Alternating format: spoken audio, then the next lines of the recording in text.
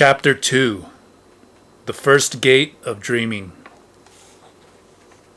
As a preamble to his first lesson in dreaming, Don Juan talked about the second attention as a progression, beginning as an idea that comes to us more like a curiosity than an actual possibility, turning into something that can only be felt as a sensation is felt, and finally evolving into a state of being, or a realm of practicalities, or a preeminent force that opens for us worlds beyond our wildest fantasies. When explaining sorcery, sorcerers have two options. One is to speak in metaphorical terms and talk about a world of magical dimensions. The other is to explain their business in abstract terms proper to sorcery. I have always preferred the latter, although neither option will ever satisfy the rational mind of a Western man. Don Juan told me that what he meant by his metaphorical description of the second attention as a progression was that being a byproduct of a displacement of the assemblage point, the second attention does not happen naturally, but must be intended. Beginning with intending it as an idea, and ending up with intending it as a steady and controlled awareness of the assemblage point's displacement. I'm going to teach you the first step to power, Don Juan said, beginning his instruction in the art of dreaming. I'm going to teach you how to set up dreaming. What does it mean to set up dreaming? To set up dreaming means to have a precise and practical command over the general situation of a dream. For example, you may dream that you are in your classroom. To set up dreaming means that you don't let the dream slip into something else. You don't jump from the classroom to the mountains, for instance. In other words, you control the view of the classroom and don't let it go until you want to. But is it possible to do that? Of course it's possible. This control is no different from the control we have over any situation in our daily lives. Sorcerers are used to it and get it every time they want or need to. In order to get used to it yourself, you must start by doing something very simple. Tonight, in your dreams, you must look at your hands. Not much more was said about this in the awareness of our daily world. In my recollection of my experiences in the second attention, however, I found out that we had a more extensive exchange. For instance, I expressed my feelings about the absurdity of the task, and Don Juan suggested that I should face it in terms of a quest that was entertaining instead of solemn and morbid. Get as heavy as you want when we talk about dreaming, he said. Explanations always call for deep thought, but when you actually dream, be as light as a feather. Dreaming has to be performed with integrity and seriousness, but in the midst of laughter and with the confidence of someone who doesn't have a worry in the world. Only under these conditions can our dreams actually be turned into dreaming. Don Juan assured me that he had selected my hands arbitrarily as something to look for in my dreams, and that looking for anything else was just as valid. The goal of the exercise was not finding a specific thing, but engaging my dreaming attention. Don Juan described the dreaming attention as the control one acquires over one's dreams upon fixating the assemblage point on any new position to which it has been displaced during dreams. In more general terms, he called the dreaming attention an incomprehensible facet of awareness that exists by itself, waiting for a moment when we would entice it, a moment when we would give it purpose. It is a veiled faculty that every one of us has in reserve, but never has the opportunity to use in everyday life. My first attempts at looking for my hands in my dreams were a fiasco. After months of unsuccessful efforts, I gave up and complained to Don Juan again about the absurdity of such a task. "There are 7 gates," he said, as a way of answering. "And dreamers have to open all 7 of them, one at a time.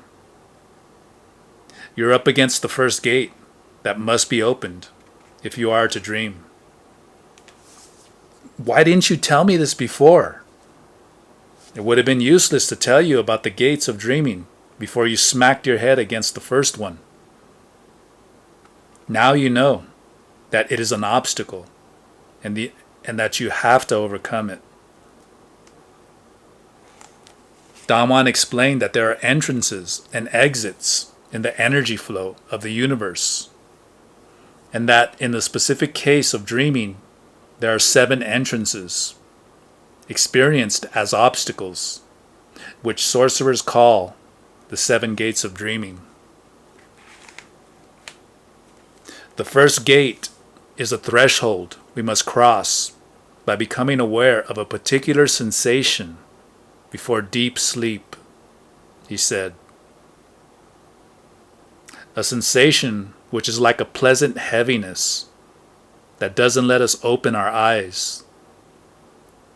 We reach that gate the instant we become aware that we're falling asleep, suspended in darkness and heaviness. How do I become aware that I am falling asleep? Are there any steps to follow? No, there are no steps to follow. One just intends to become aware of falling asleep. But how does one intend to become aware of it? Intent or intending is something very difficult to talk about. I or anyone else would sound idiotic trying to explain it. Bear that in mind when you hear what I have to say next. Sorcerers intend anything they set themselves to intend, simply by intending it. That doesn't mean anything, Don Juan. Pay close attention. Someday, it'll be your turn to explain. The statement seems nonsensical because you are not putting it in the proper context. Like any rational man, you think that understanding is exclusively the realm of our reason, of our mind. For sorcerers, because the statement I made pertains to intent and intending, understanding it pertains to the realm of energy. Sorcerers believe that if one would intend that statement for the energy body would understand it in terms entirely different from those of the mind. The trick is to reach the energy body, and for that, you need energy. In what terms would the energy body understand that statement, Don Juan? In terms of a bodily feeling, which it's hard to describe. You'll have to experience it to know what I mean. I wanted a more precise explanation, but Don Juan slapped my back and made me enter into the second attention. At that time, what he did was still utterly mysterious to me. I could have sworn that his touch hypnotized me. I believed he had instantaneously put me to sleep, and I dreamt that I found myself walking with him on a wide avenue, lined with trees in some unknown city. It was such a vivid dream, and I was so aware of everything, that I immediately tried to orient myself by reading signs and looking at people. It definitely was not an English or Spanish-speaking city, but it was a Western city. The people seemed to be Northern Europeans, perhaps Lithuanians. I became absorbed in trying to read billboards and street signs. Don Juan nudged me gently. "Don't bother with that," he said. "We are nowhere identifiable. I've just lent you my energy so you would reach your energy body. And with it, you've just crossed into another world. This won't last long, so use your time wisely. Look at everything, but without being obvious. Don't let anyone notice you." We walked in silence. It was a block-long walk, which had a remarkable effect on me. The more we walked, the greater my sensation of visceral anxiety. My mind was curious, but my body was alarmed. I had the clearest understanding that I was not in this world. When we got to an intersection and stopped walking, I saw that the trees on the street had been carefully trimmed. They were short trees with hard-looking, curled leaves. Each tree had a big square space for watering.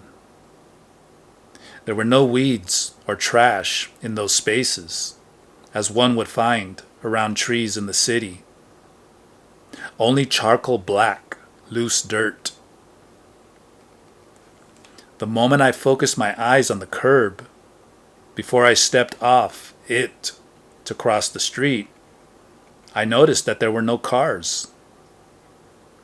I tried desperately to watch the people who milled around us, to discover something about them that would explain my anxiety. As I stared at them, they stared back at me. In one instant, a circle of hard blue and brown eyes had formed around us. A certainty hit me like a blow. This was not a dream at all. We were in a reality beyond what I know to be real. I turned to face Don Juan. I was about to realize what was different about those people. But a strange, dry wind that went directly to my sinuses hit my face, blurred my view, and made me forget what I wanted to tell Don Juan. The next instant, I was back where I had started from, Don Juan's house. I was lying on a straw mat, curled up on my side. "I lent you my energy, and you reached your energy body," Don Juan said, matter-of-factly. I heard him talk, but I was numb. An unusual itching on my solar plexus kept my breaths short and painful.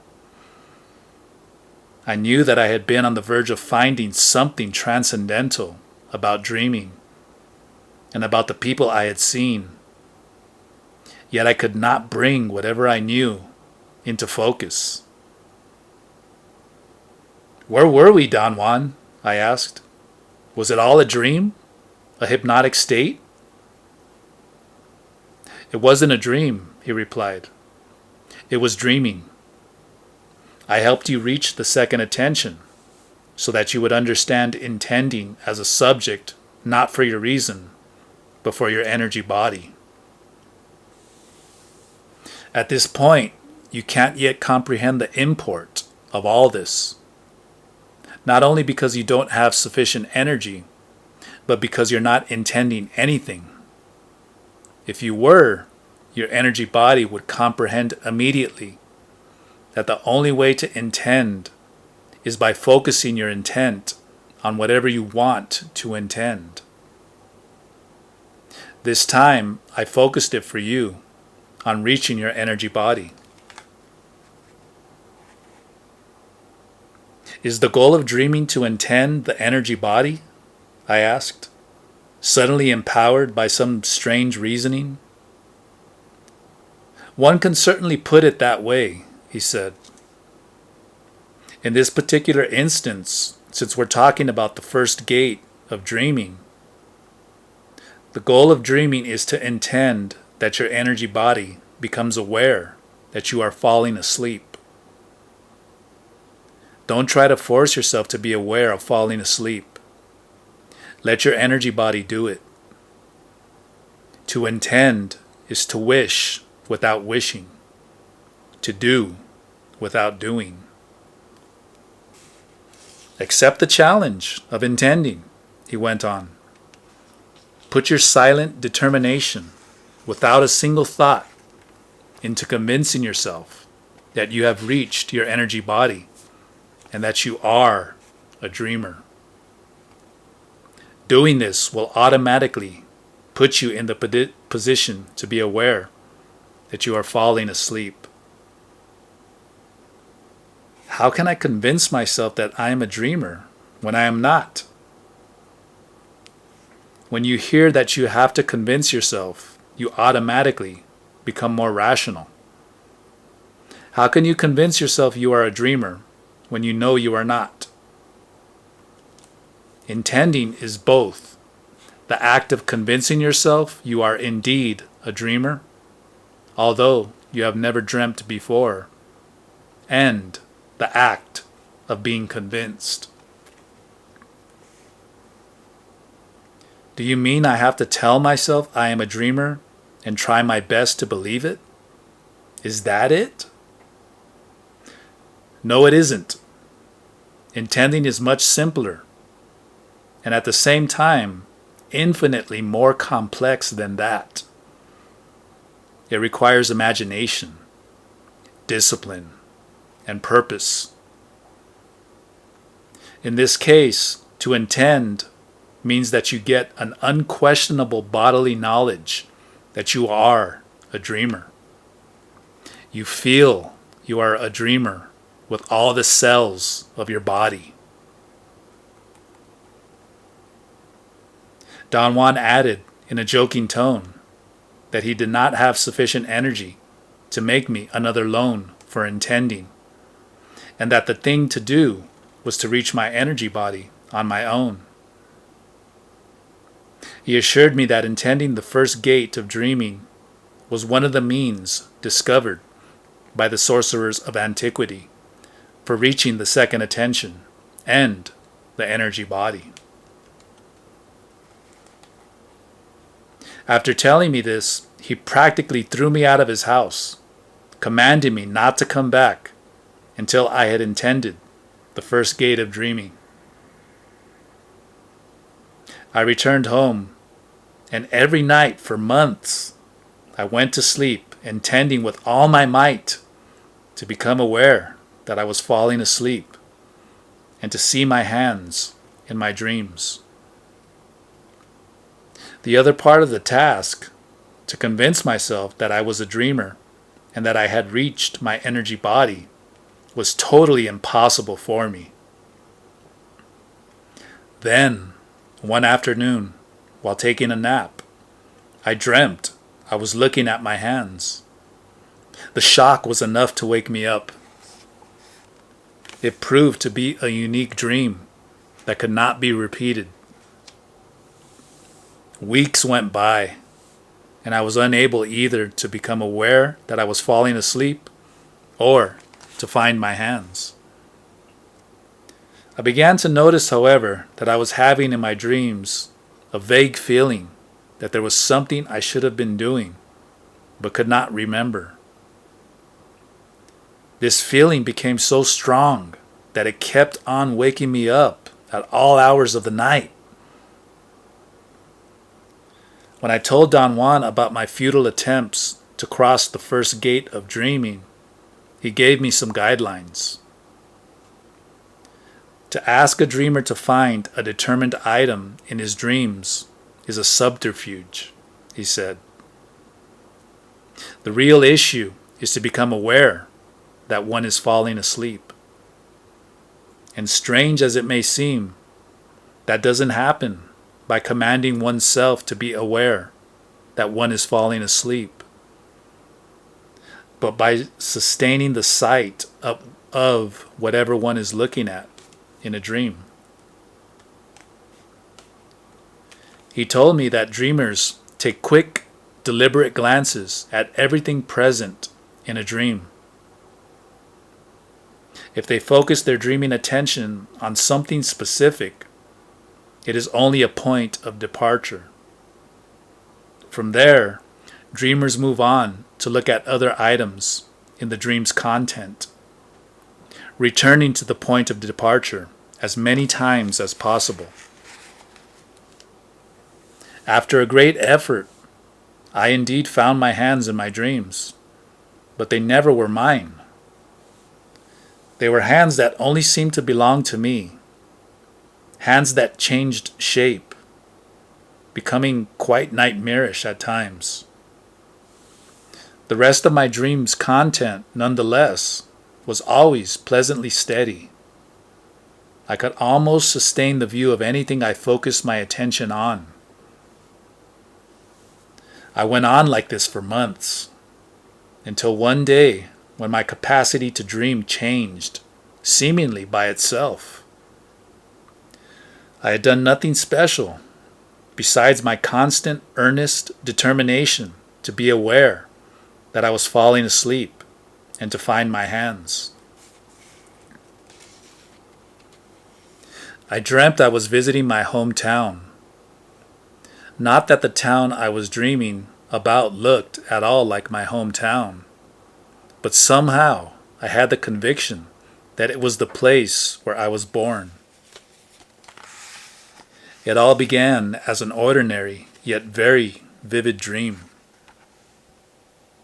Then the light in the dream changed. Images became sharper. The street where I was walking became noticeably more real than a moment before. My feet began to hurt. I could feel that things were absurdly hard. For instance, on bumping into a door, not only did I experience pain on the knee that hit the door, but I also was enraged by my clumsiness. I realistically walked in that town until I was completely exhausted. I saw everything I could have seen had I been a tourist walking through the streets of a city. And there was no difference whatsoever between that dream walk and any walk I had actually taken on the streets of a city I visited for the first time. I think you went a bit too far, Don Juan said after listening to my account. All that was required was your awareness of falling asleep. What you've done is equivalent to bringing a wall down just to squash a mosquito sitting on it. Do you mean, Don Juan, that I flubbed it? No, but apparently you're trying to repeat something you did before. When I made your assemblage point shift, and you and I ended up in that mysterious city, you were not asleep. You were dreaming, but not asleep. Meaning that your assemblage point didn't reach that position through a normal dream. I forced it to shift. You certainly can reach the same position through dreaming, but I wouldn't advise you to do that at this time. Is it dangerous? And how? Dreaming has to be a very sober affair. No false movement can be afforded.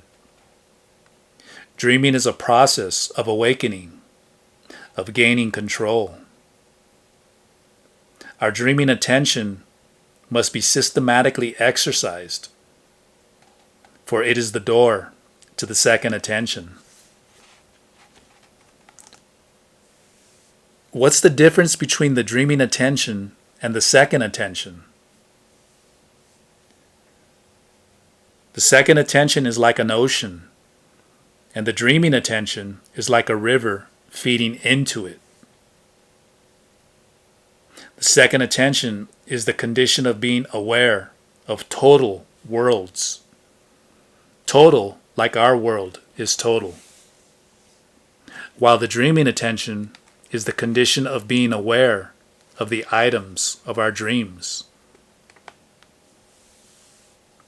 He heavily stressed that the dreaming attention is the key to every movement in the sorcerer's world.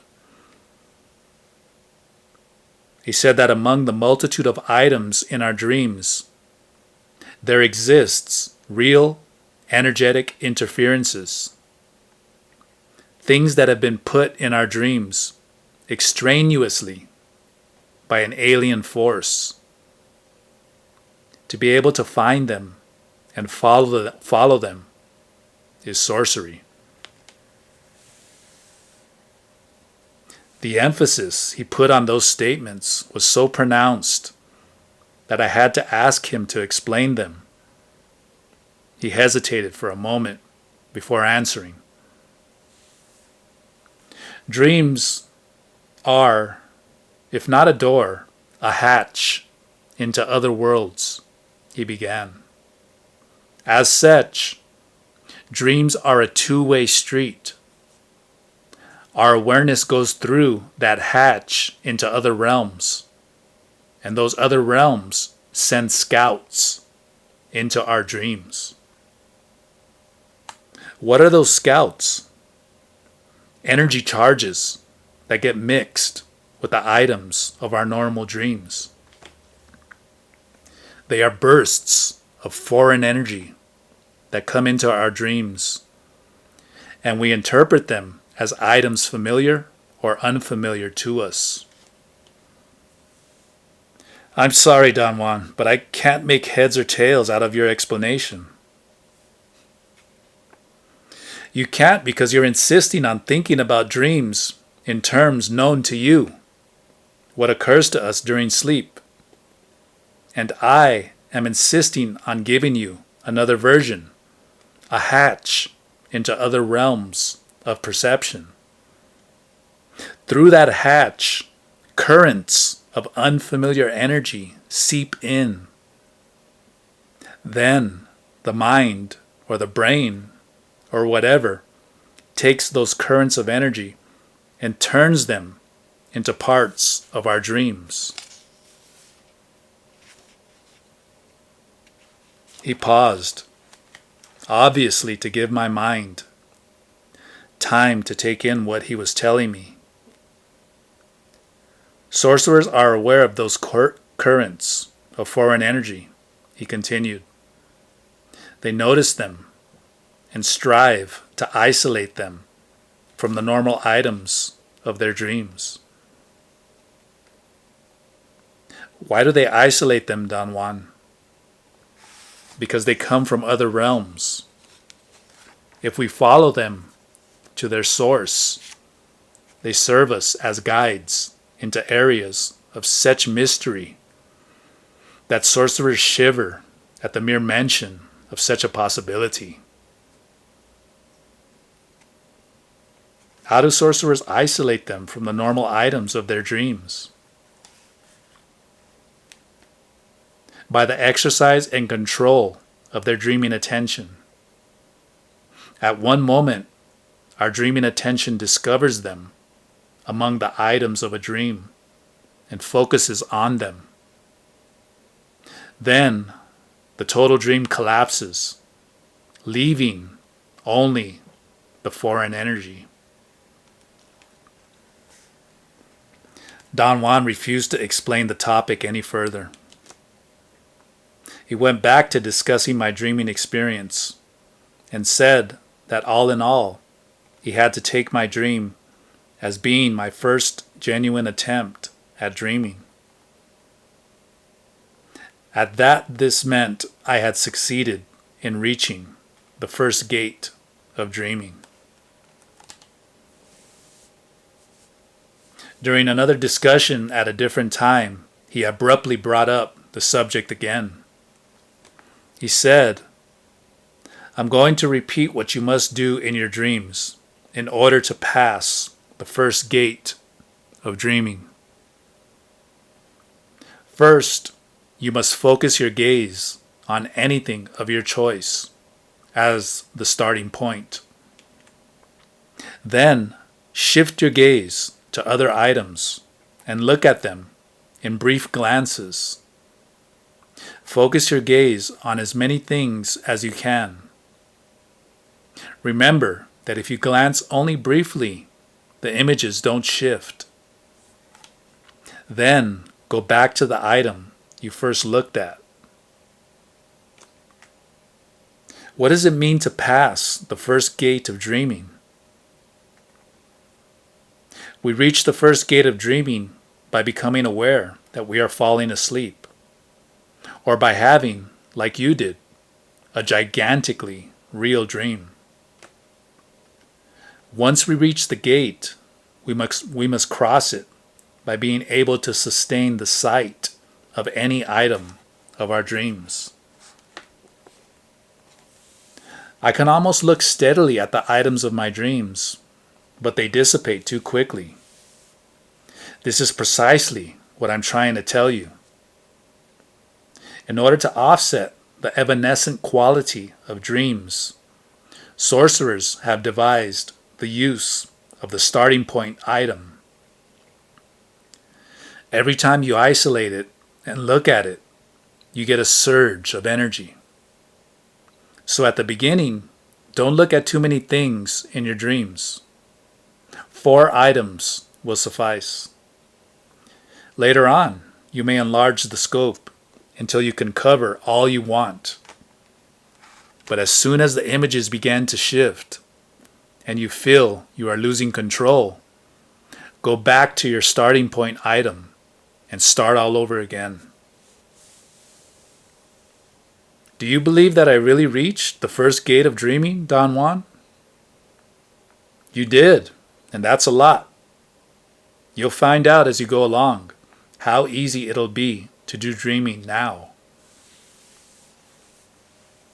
I thought Don Juan was either exaggerating or giving me incentive, but he assured me he was being on the level. The most astounding thing that happens to dreamers, he said, is that on reaching the first gate, they also reach the energy body.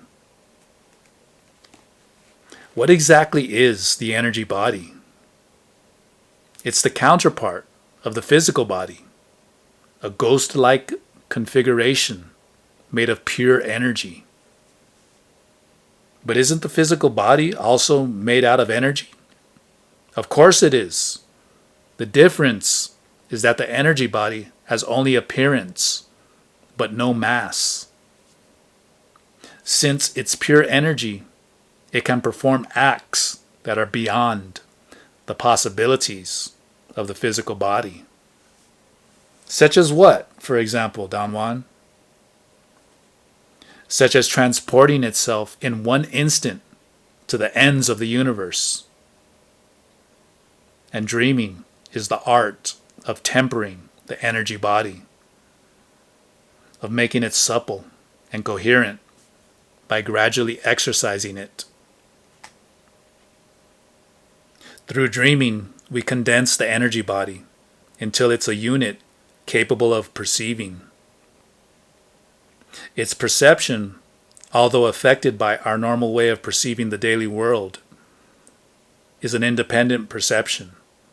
It has its own sphere. What is that sphere, Don Juan? Energy. The energy body deals with energy in terms of energy. There are 3 ways in which it deals with energy in dreaming. It can perceive energy as it flows, or it can use energy to boost itself like a rocket into unexpected areas, or it can perceive as we ordinarily perceive the world. What does it mean to perceive energy as it flows? It means to see. It means that the energy body sees energy directly as a light or as a vibrating current of sorts or as a disturbance, or it feels it directly as a jolt or as a sensation that can even be pain. What about the other way you talked about, Don Juan? The energy body using energy as a boost. Since energy is its sphere, it is no problem for the energy body to use currents of energy that exist in the universe to propel itself. All it has to do is isolate them, and off it goes with them. He stopped talking and seemed to be undecided, as if he wanted to add something, but was not sure about it. He smiled at me, and just as I was beginning to ask him a question, he continued his explanation. I've mentioned to you before that sorcerers isolate in their dreams scouts from other realms, he said. Their energy bodies do that. They recognize energy and go for it. But it isn't desirable for dreamers to indulge in searching for scouts. I was reluctant to tell you about it because of the facility with which one can get swayed by that search. Don Juan then quickly went on to another subject. He carefully outlined for me an entire block of practices.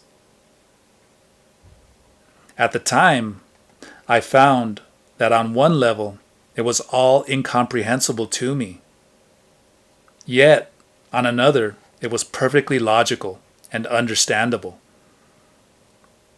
He reiterated that reaching, with deliberate control, the first gate of dreaming is a way of arriving at the energy body. But to maintain that gain is predicated on energy alone. Sorcerers get that energy by redeploying in a more intelligent manner the energy they have and use for perceiving the daily world.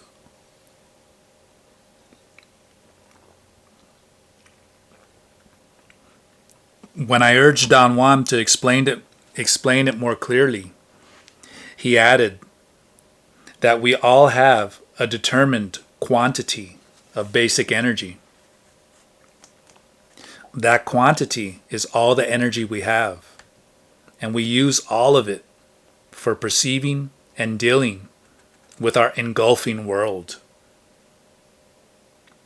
He repeated various times to emphasize it, that there is no more energy for us anywhere. And since our available energy is already engaged, there is not a single bit left in us for any extraordinary perception, such as dreaming.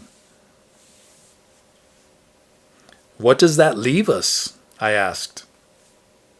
It leaves us to scrounge energy for ourselves, wherever we can find it, he replied. Don Juan explained that sorcerers have a scrounging method.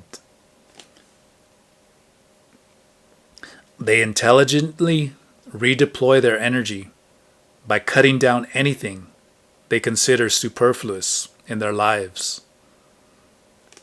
They call this method the sorcerer's way. In essence, the sorcerer's way, as Don Juan put it, is a chain of behavioral choices for dealing with the world. Choices much more intelligent than those our progenitors taught us.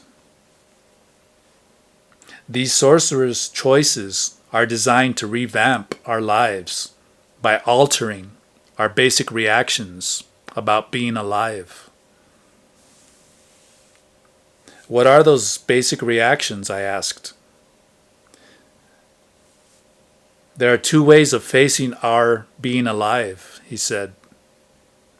One is to surrender to it, either by acquiescing to its demands or by fighting those demands. The other is by molding our particular life situation to fit our own configurations. Can we really mold our life situation, Don Juan? One's particular life situation can be molded to fit one's specifications, Don Juan insisted. Dreamers do that. A wild statement. Not really, if you consider how little we know about ourselves.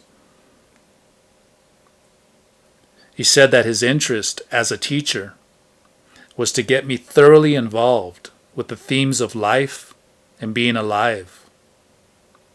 That is to say, with the difference between life as a consequence of biological forces and the act of being alive as a matter of cognition. When sorcerers talk about molding one's life situation, Don Juan explained, they mean molding the awareness of being alive. Through molding this awareness, we can get enough energy to reach and sustain the energy body. And with it, we can certainly mold the total direction and consequences of our lives.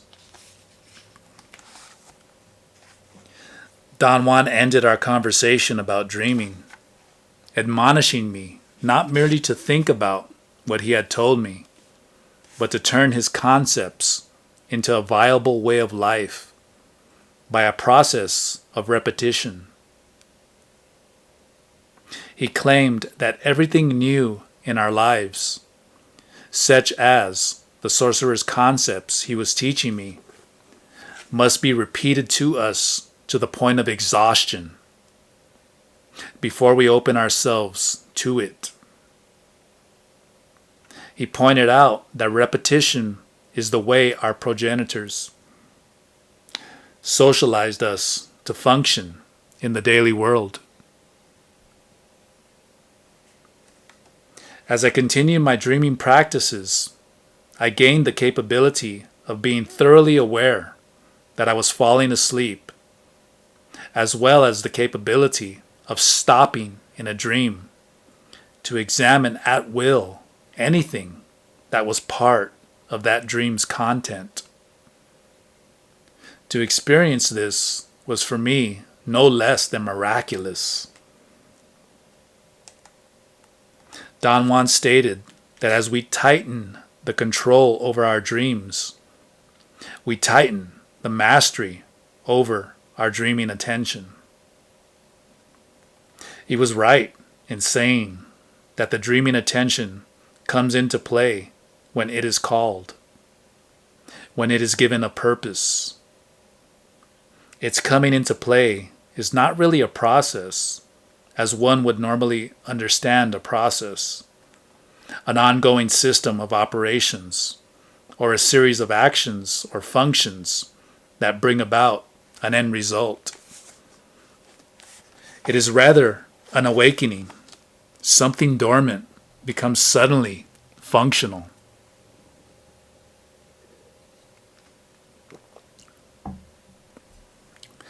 Chapter 3. The Second Gate of Dreaming. I found out by means of my dreaming practices that a dreaming teacher must create a didactic synthesis in order to emphasize a given point. In essence, what Don Juan wanted with my first task was to exercise my dreaming attention by focusing it on the items of my dreams. To this effect, he used as a spearhead the idea of being aware of falling asleep. His subterfuge was to say that the only way to be aware of falling asleep is to examine the elements of one's dreams.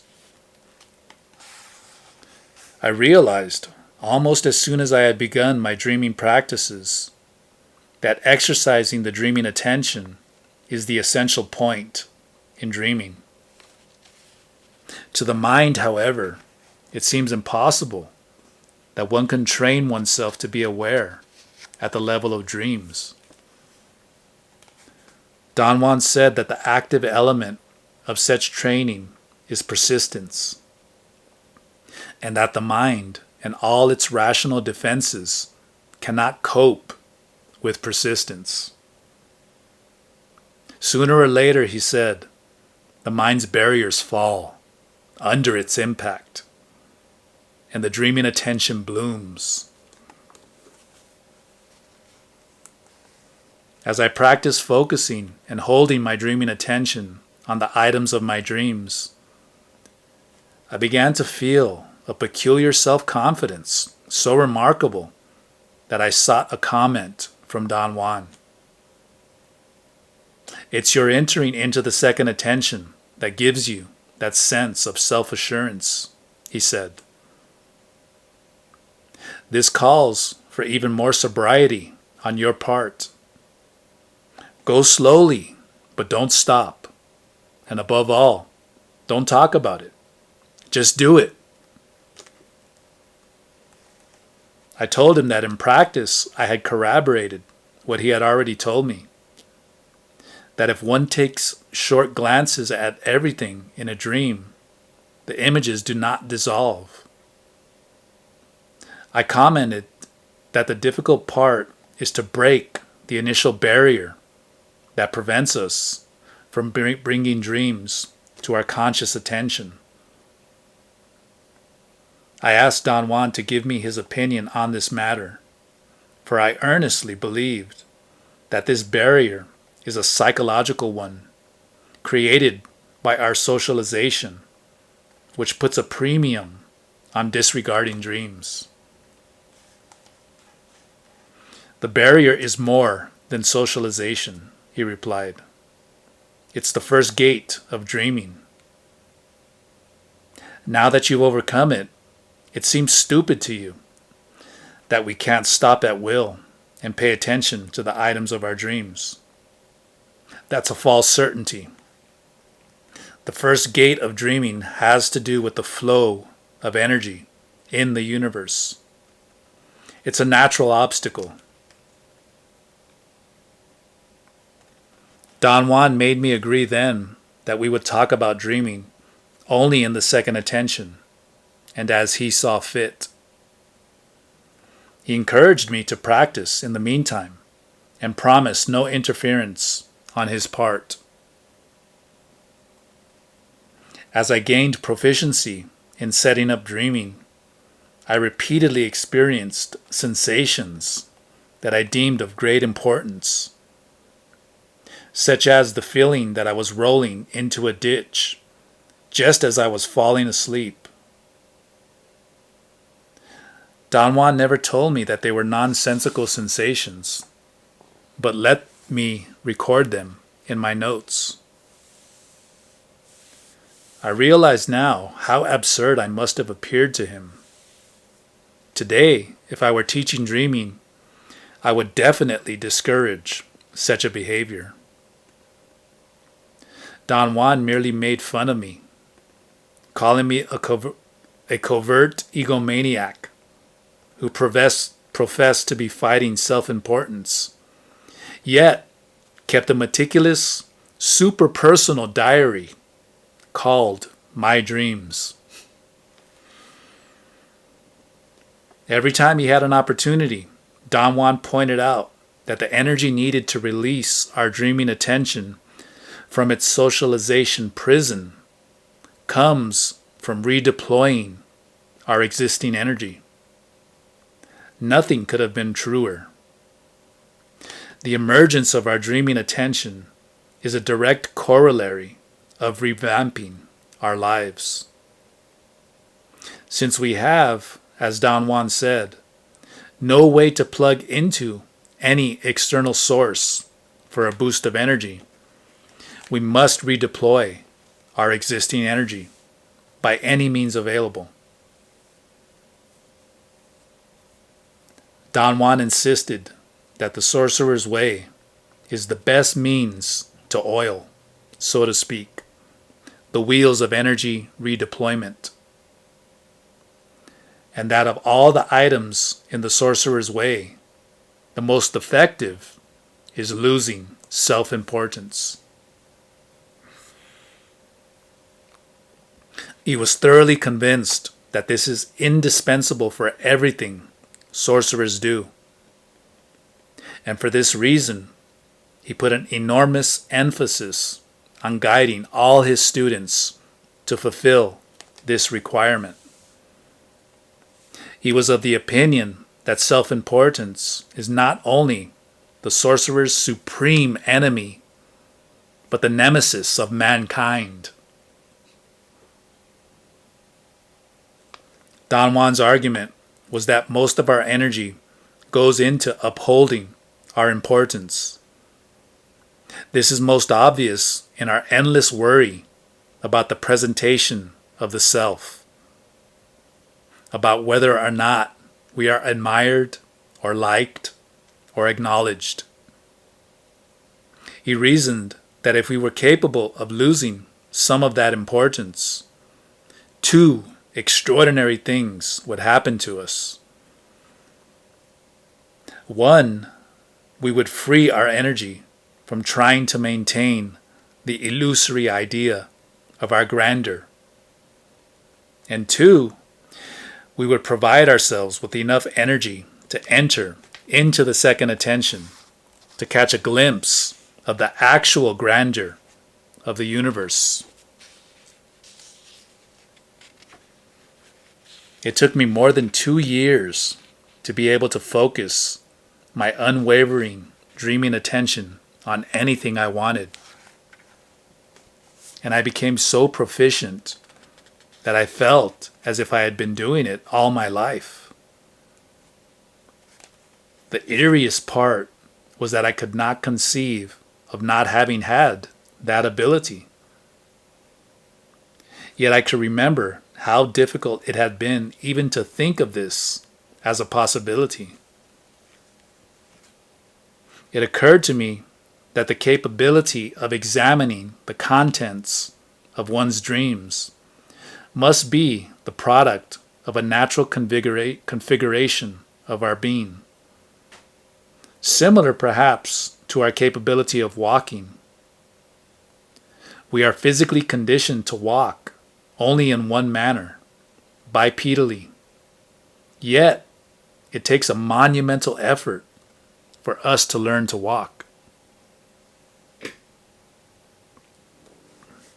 This new capacity of looking in glances at the items of my dreams was coupled with the most insistent nagging to remind myself to look at the elements of my dreams. I knew about my compulsive bent of character, but in my dreams, my compulsiveness was vastly augmented. It became so noticeable that not only did I resent hearing my nagging at myself, but I also began to question whether it was really my compulsiveness or something else.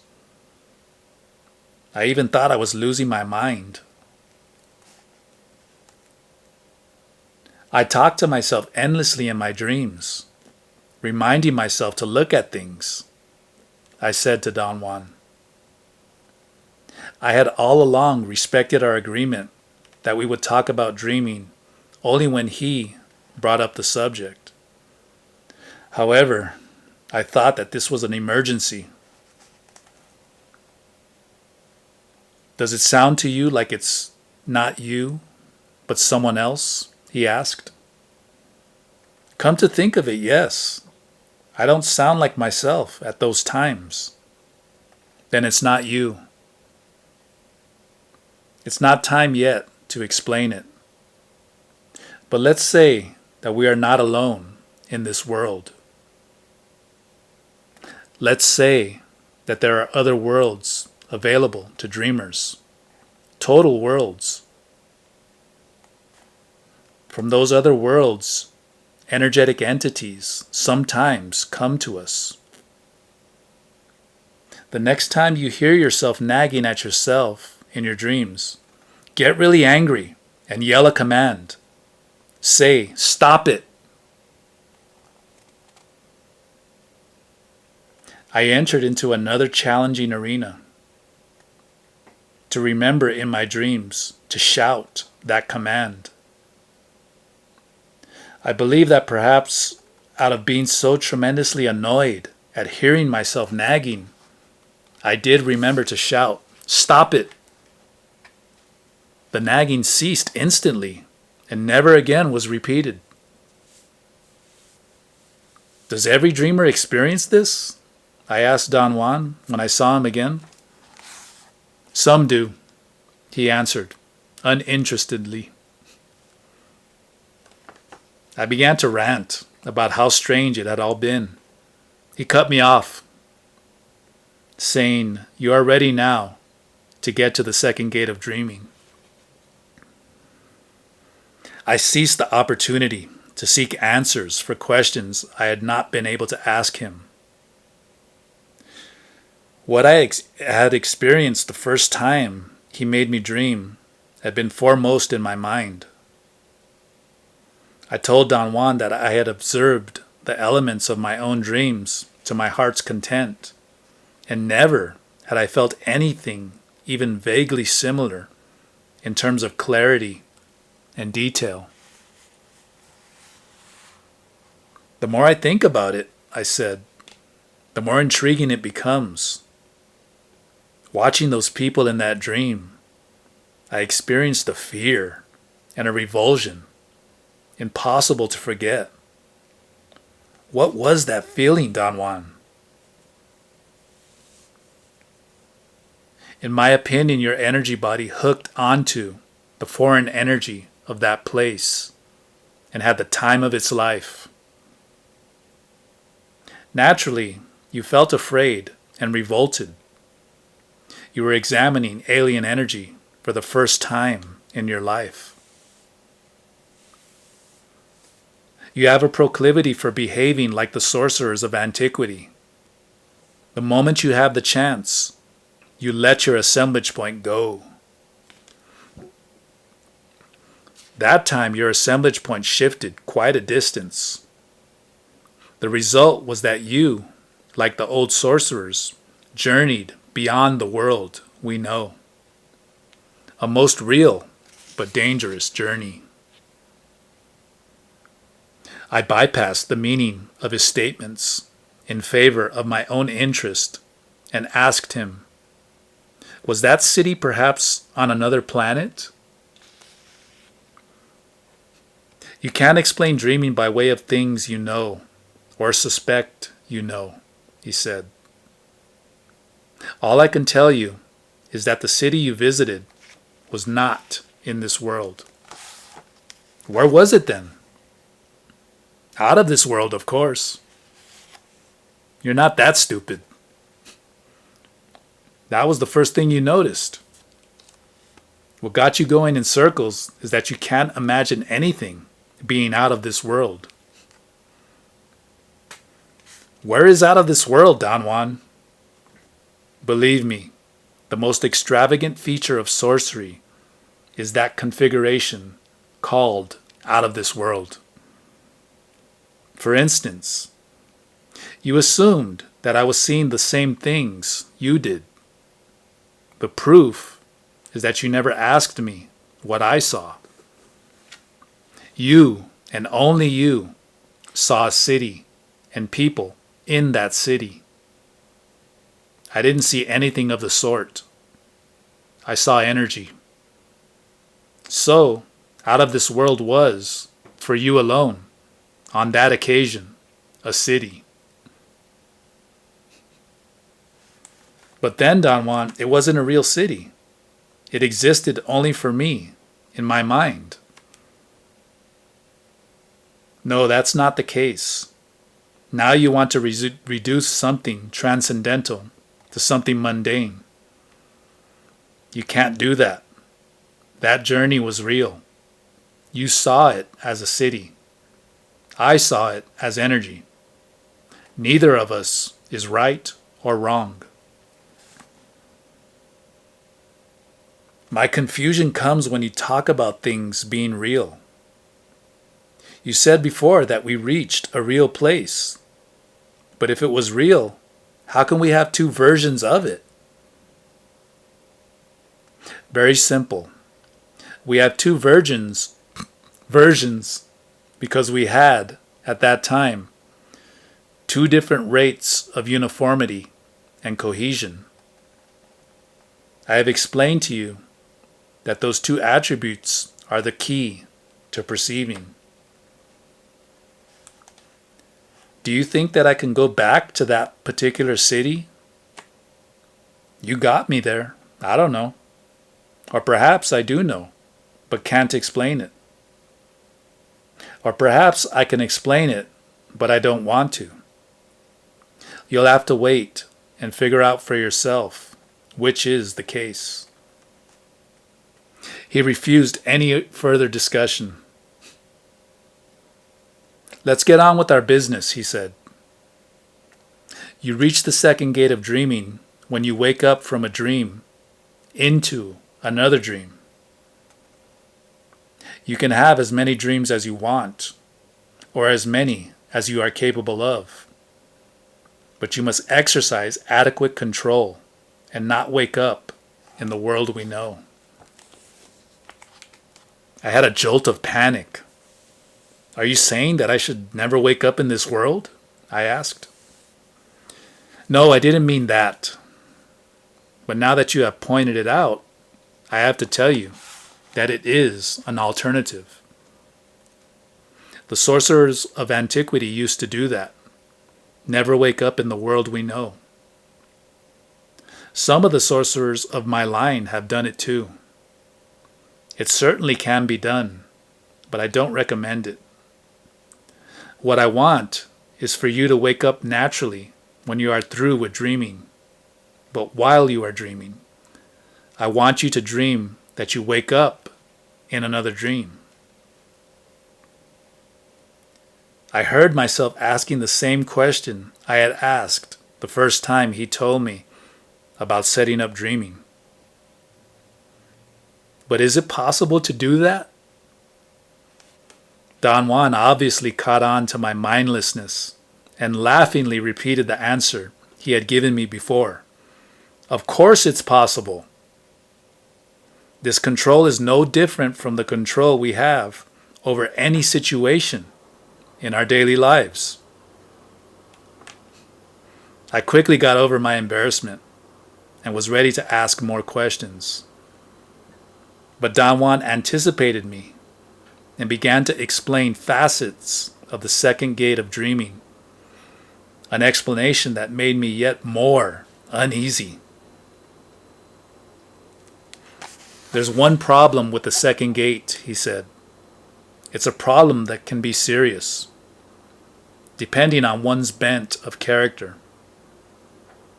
If our tendency is to indulge in clinging to things or situations, we are in for a sock in the jaw. In what way, Don Juan? Think for a moment. You have already experienced the outlandish joy of examining your dream's contents. Imagine yourself going from dream to dream, watching everything, examining every detail. It's very easy to realize that one may sink to mortal depths, especially if one is given to indulging. wouldn't the body or the brain naturally put a stop to it? If it's a natural sleeping situation, meaning normal, yes. But this is not a normal situation. This is dreaming. A dreamer, on crossing the first gate, has already reached the energy body. So what is really going through the second gate, hopping from dream to dream, is the energy body.